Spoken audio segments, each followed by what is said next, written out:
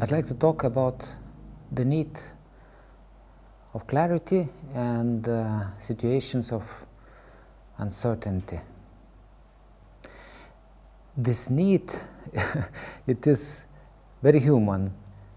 I feel very strongly myself that I want things to be clear, I want to understand things, I want to name things. And I often get irritated by things that are not clear, and especially when they are not clear long enough. And I can see similar reactions in other people,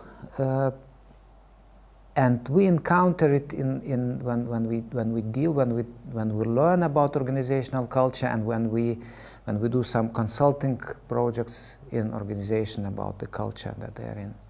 Patience is one of the main features that are required, and how it is introduced by metaphor of let's be scientists, or let's be Martians, or let's be naive and look around and try to look with the eyes of a person who doesn't know anything, who is a new in the place, and it really opens up eyes and helps us to be more attentive to some details which we become insensitive with time and being in the culture.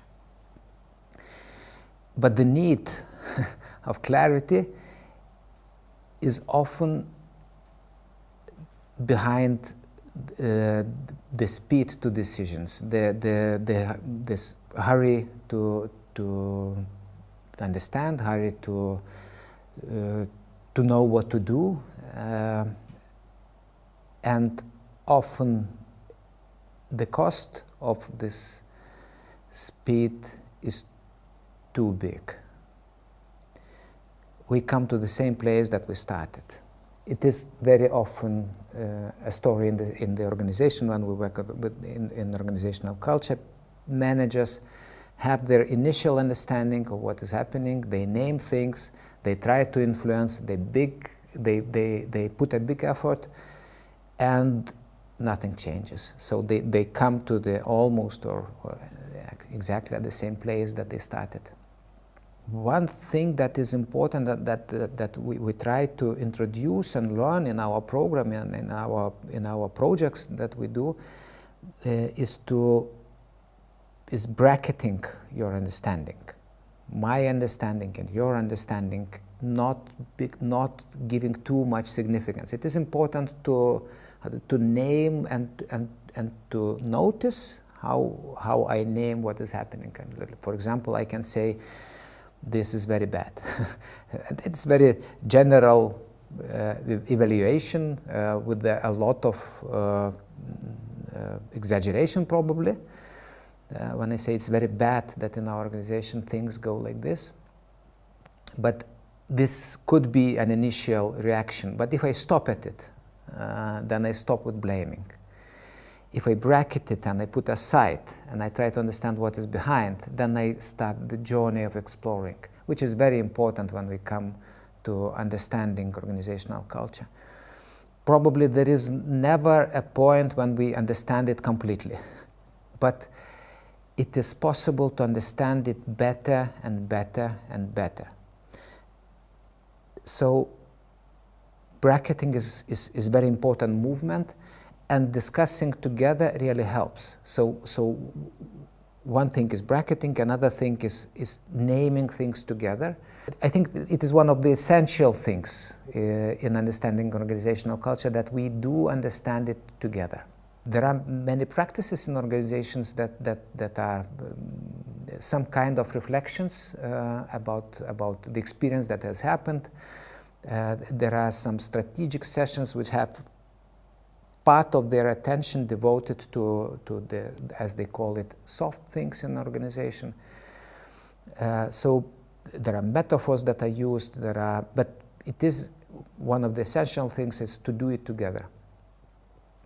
And look, there is a creative moment in this journey. We are looking for the names together.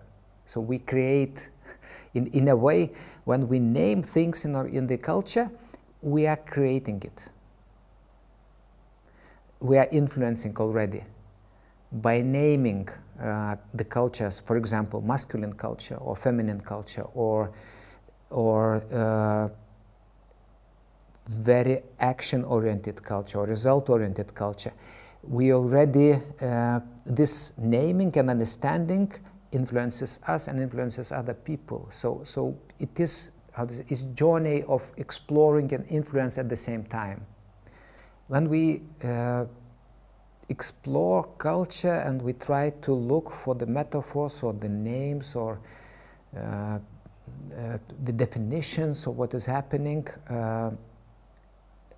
very often we are on the edge of, yes, we know it, and wow, what is this? So on the edge of unknown.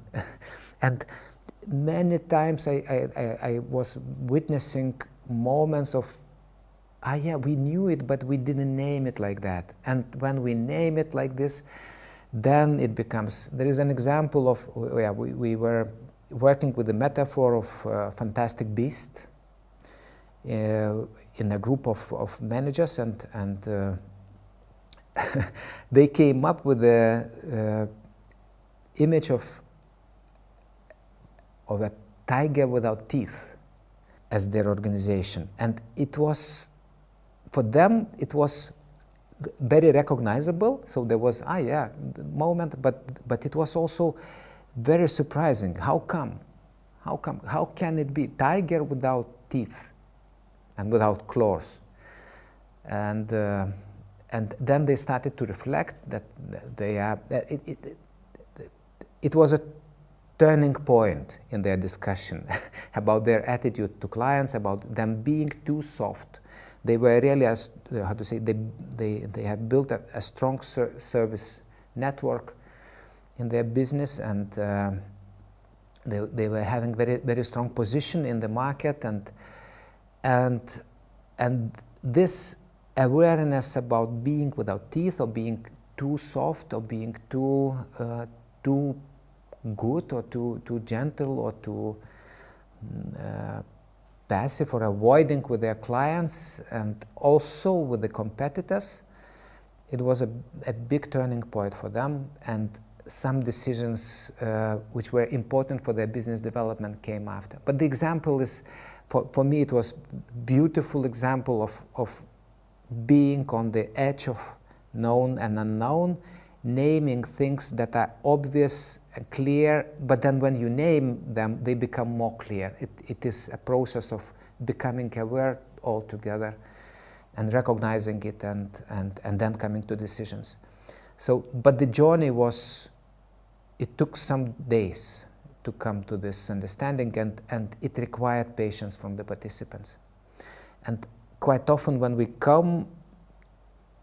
start the journey, there is a period of chaos, period of not understanding what is going on, why are we doing it, and well, and people really need to trust each other in the journey, and to trust those who invite to the journey.